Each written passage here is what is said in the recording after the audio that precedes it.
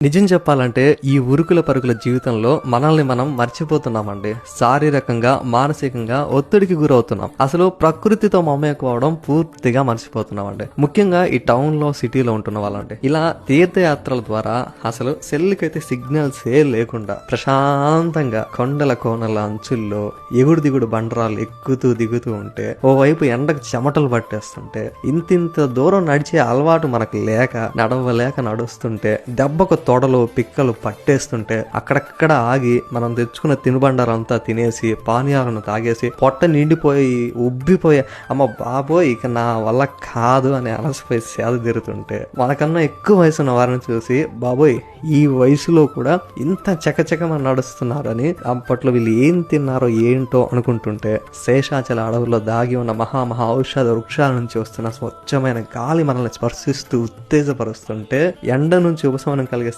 ఎత్తైన బలమైన వృక్షాల మధ్యలోని నీడలో నడుస్తూ నీటి సెలయల గలగలలు, పక్షుల ఆనంద కిలకిలలు, అడవిలోని అర్థం కాని కీటకాల అరుపుల శబ్దాలతో భక్తుల గోవిందనామస్మరణ మధ్య రెండుగా చీలిన ఒక కొండ మధ్యలో తుంబురు తీర్థ ప్రవాహాన్ని చూస్తూ ఆ ప్రాకృతిక శిలా సౌందర్యాన్ని ఆస్వాదిస్తూ ప్రయాణిస్తుంటే అండి ఎవరైనా సరే ఆహా ఏమి అద్భుత అనుభూతి అనాల్సిందే అండి.